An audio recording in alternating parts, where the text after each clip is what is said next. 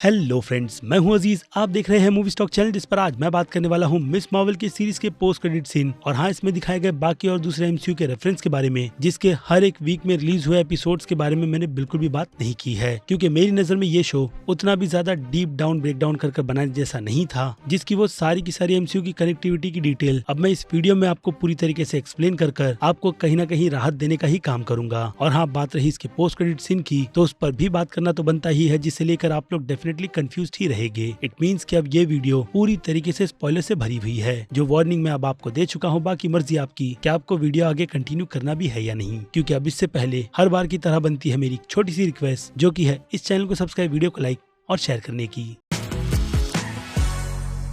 So friends, तो बात कर लेते हैं सीधे मिस मार्वल फिल्म के सबसे पहले पोस्ट क्रेडिट सीन के बारे में, क्योंकि इसी से रिलेटेड आपको जवाब भी चाहिए कि असल में मिस मार्वल के सीरीज के फाइनल एपिसोड के एंड के पोस्ट क्रेडिट सीन में ऐसा क्या हो गया जिसकी डिटेल एमसीयू वालों ने इतनी क्लियर तरीके से लोगों के सामने बिल्कुल भी नहीं रखी। हालांकि इसके अलावा अब एमसीयू के यूनिवर्स में म्यूटेंट्स का भी जिक्र किया गया है अगेन इसी मिस मार्वल की सीरीज के फाइनल एपिसोड्स में, जिस पर मैं बस थोड़ी देर में ही बात करूंगा। और हाँ, मिस मार्वल के बाकी सारे के सारे हिंट्स के बारे में भी, जो बेसिकली इस सीरीज को एमसीयू के यूनिवर्स से भी कनेक्ट करवाते हैं। लेकिन जैसे की मैंने कहा, सबसे पहले बात कर लेते हैं उस फाइनल पोस्ट क्रेडिट सीन की, जिसे लेकर कई लोगों का अंदाजा शेप शिफ्टिंग पर आकर रुकता है कि कमाला ने एंड में असल में खुद को कैप्टन मार्वल में ढाल लिया है, जिसका रीजन भी सिंपल है, क्योंकि मिस मार्वल कैप्टन मार्वल की बहुत बड़ी डाई हार्ट फैन है, जो उसके सुपर हीरो की तरह बनना चाहती है। तो ये पहली थियरी है, जिस पर मैं क्या आपको भी बिल्कुल भी बिलीव नहीं करना चाहिए, क्योंकि अगर आपने वहाँ पर कैप्टन मार्वल के आने के बाद अगर किस चीज को नोटिस किया होगा, तो वो है कैरल डैनवर्स का रिएक्शन, जिससे ये बात पता चल जाती है कि उसे खुद भी नहीं पता कि असल में वो किस सिचुएशन में आकर फंस चुकी है। लेकिन पूरे रूम में फोटो लगे होने की वजह से उसे इतना अंदाजा तो हो गया होगा कि वो एक्चुअल में स्पेस से सीधा उसके किसी फैन के कमरे में आ गई है। लेकिन कैसे? फिलहाल तो उस जवाब के लिए हमें वेट ही करना होगा दी मार्वल्स फिल्म के रिलीज होने तक, जो फिल्म इस सारे के सारे क्वेश्चंस के आंसर देगी। क्योंकि ऐसा ही क्वेश्चन हमें वांडा विजन की सीरीज के एंड के एपिसोड में भी मिला था, जिसमें मोनिका रैम्बो भी एंड में स्कल्स के कहने पर स्पेस में जाने की तैयारी शायद से कर चुकी है। और उसके अलावा हमें उस सीरीज में ये भी बात बहुत ही अच्छी तरीके से समझ आ गई थी कि मोनिका मिस मार्वल से बिल्कुल भी मिलना नहीं चाहती, यानी कैरल और मोनिका के बीच कुछ ना कुछ ऐसा जरूर हुआ है जिससे वो अपनी बचपन की सुपर हीरो से रूठी हुई है। लेकिन दूसरी तरफ है कमाला, जो कैप्टन मार्वल की डाई हार्ट फैन है। तो अब अगर कमाला खान के बैंड यानी कि कई ज्यादा स्ट्रांगली रूमर के अकॉर्डिंग उस नेगा बैंड की बात की जाए, तो कॉमिक बुक में भी ऐसी सिचुएशन बिल्कुल साफ साफ होती है, जिसमें असल में नेगा बैंड से बुलाने की ये जिम्मेदारी निक जोन्स नाम के कैरेक्टर के पास होती है, जो दोनों नेगा बैंड्स को टच कर स्पेस से सीधे दी मार्वल को अर्थ पर बुला लेता, ताकि वो सिचुएशन को हैंडल करे, जो ज्यादातर तो स्पेस या फिर कह लो नेगेटिव जोन में ही रहकर स्पेस पर नजर रख रहा है। और फिलहाल तो एमसीयू में भी हमने कैप्टन मार्वल को कुछ उसी सिचुएशन में देखा है, जहां पर वो गैलेक्सी में रहकर उन लोगों को प्रोटेक्ट करती है जिनके प्लेनेट पर सुपर हीरो नाम की चीज बिल्कुल भी नहीं है। यानी अगर देखा जाए तो ये प्लेस अगर स्विच हुई है, तो कमाला सीधे स्पेस में कहीं पहुंच चुकी होगी और कैप्टन मार्वल सीधे उसके घर पर, इसलिए उसका रिएक्शन वहां पहुंचने के बाद काफी ज्यादा अलग होता है, जिसके हाथों की डिटेलिंग में हम कमाला के नेगा बैंड की उस एनर्जी को भी देख सकते हैं, जिसकी वजह से वो यहाँ पर आई है। या फिर ऐसा भी हो सकता है कि कैरल शैंग-ची फिल्म के पोस्ट क्रेडिट सीन के अकॉर्डिंग 10 रिंग्स के पीछे की ओरिजिन पता कर रही होगी, और उसी के चलते उसका ये कनेक्शन सीधे आकर कमाला के बैंड से जुड़ गया। यानी अगर देखा जाए तो मिस मार्वल की सीरीज के अकॉर्डिंग जो एंशिएंट टेंपल हमें आयशा के टाइम पीरियड में दिखाया गया, यानी कि कमाला की परदादी के टाइम पर, जहां पर उन्हें एक बैंड मिलता है, वो भी शायद से किसी एलियंस के पास से, तो वो डेफिनेटली क्री जनरेशन का ही होगा, जो अब अर्थ या फिर कह लो उस एंशिएंट टेंपल में कैसे पहुंचा, उस पर फिलहाल तो अभी के लिए मिस्ट्री बनी हुई है। लेकिन बात यहाँ पर दूसरे बैंड की भी आती है, जो हो सकता है कि शैंग-ची फिल्म से जाकर कनेक्ट हो जाए, क्योंकि उस फिल्म की भी शुरुआत में हमें जब मैंड्रिन की स्टोरी बताई जा रही होती है, तो उसमें 10 रिंग्स के जिक्र को मिस मार्वल की उस सिचुएशन के अकॉर्डिंग ही बिल्कुल बताया गया था। यानी कि शैंग-ची की रिंग भी शायद से रीड की ही टेक्नोलॉजी से बनी हुई होगी, जिसकी हिस्ट्री पूरी तरीके से कैरल को बिल्कुल भी नहीं पता है। और इसीलिए हमने मिस मार्वल से लेकर शैंग-ची फिल्म में कैप्टन मार्वल का अपीयरेंस देखा कि ये सारी चीजें उसी के यूनिवर्स से कनेक्टेड है, जिसका अब उसे उसकी खुद की सोलो फिल्म में बहुत ही अच्छी तरीके से और डिटेल में पता भी लगाना है, जो आगे चलकर हो सकता है कि एमसीयू के कॉस्मिक यूनिवर्स को बहुत ही अच्छी तरीके से बिल्ड भी कर दे। और इसके अलावा नेगा बैंड की जो एनर्जी है, वो कहीं ना कहीं क्वांटम रिम से भी जाकर कनेक्ट होती है, जिसे हो सकता है कि इस यूनिवर्स में सीधे जाकर शैंग-ची के टालोस के पॉकेट डायमेंशन से भी कनेक्ट कर दिया जाए, क्योंकि आफ्टर ऑल वो भी एक डार्क एनर्जी से बना हुआ एक छोटा सा पॉकेट डायमेंशन है। बाकी मल्टीवर्स की सिचुएशन तो इनकर्जन की तरफ जा रही है। खैर, तो ये डिटेल हो गई मिस मार्वल की सीरीज के पोस्ट क्रेडिट सीन की, जिसके बाद अब बात कर लेते हैं मिस मार्वल की सीरीज के बारे में और हाँ, इसकी प्रॉब्लम्स के बारे में भी, जिनमें से अब ऑडियंस या फिर कह लो फैंस दो भागों में बट चुके हैं, जिनमें से एक जो इनह्यूमंस को सपोर्ट करते हैं, उनके लिए तो ये सीरीज क्या पूरा एमसीयू का यूनिवर्स ही डिसअपॉइंटमेंट से भरा हुआ है, क्योंकि इनह्यूमन फैंस की जो आखिरी उम्मीद मिस मार्वल की सीरीज से बंधी हुई थी उसे ही केविन फेगी ने उठाकर सीधे कचरे के डब्बे में अभी के तौर पर तो डाल दिया है।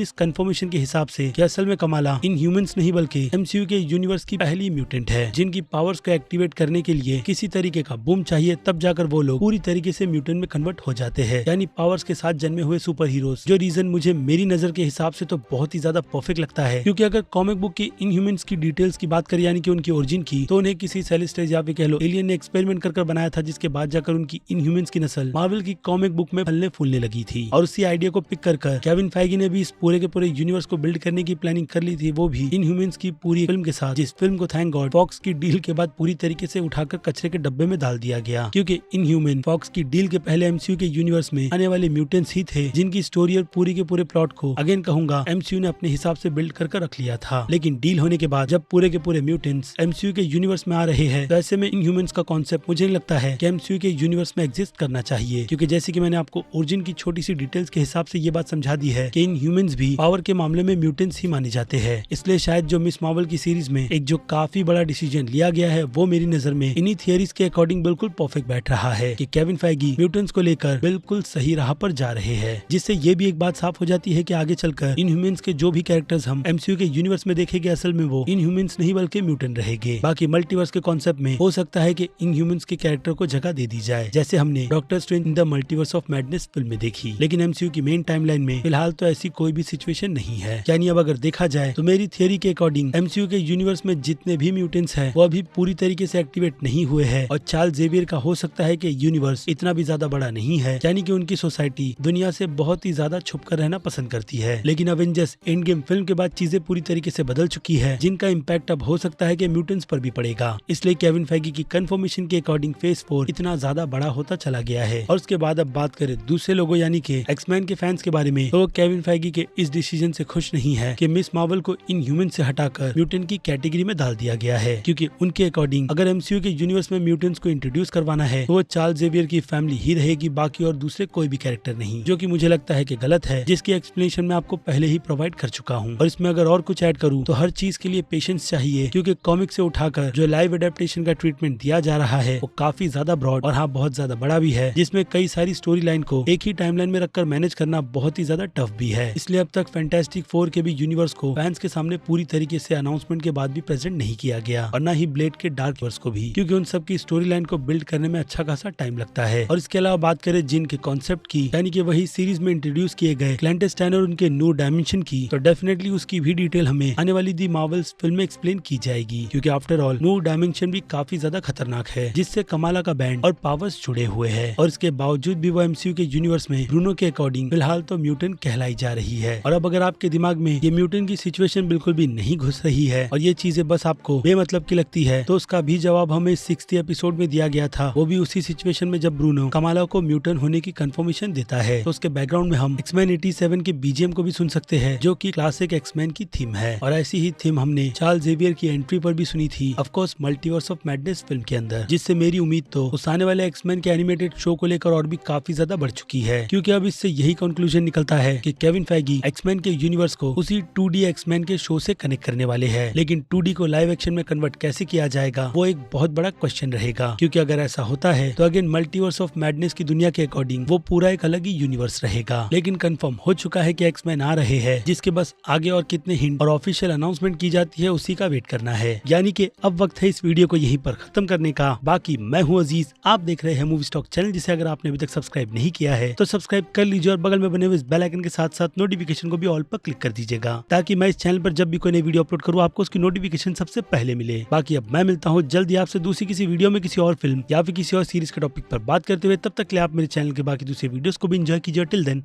बाय।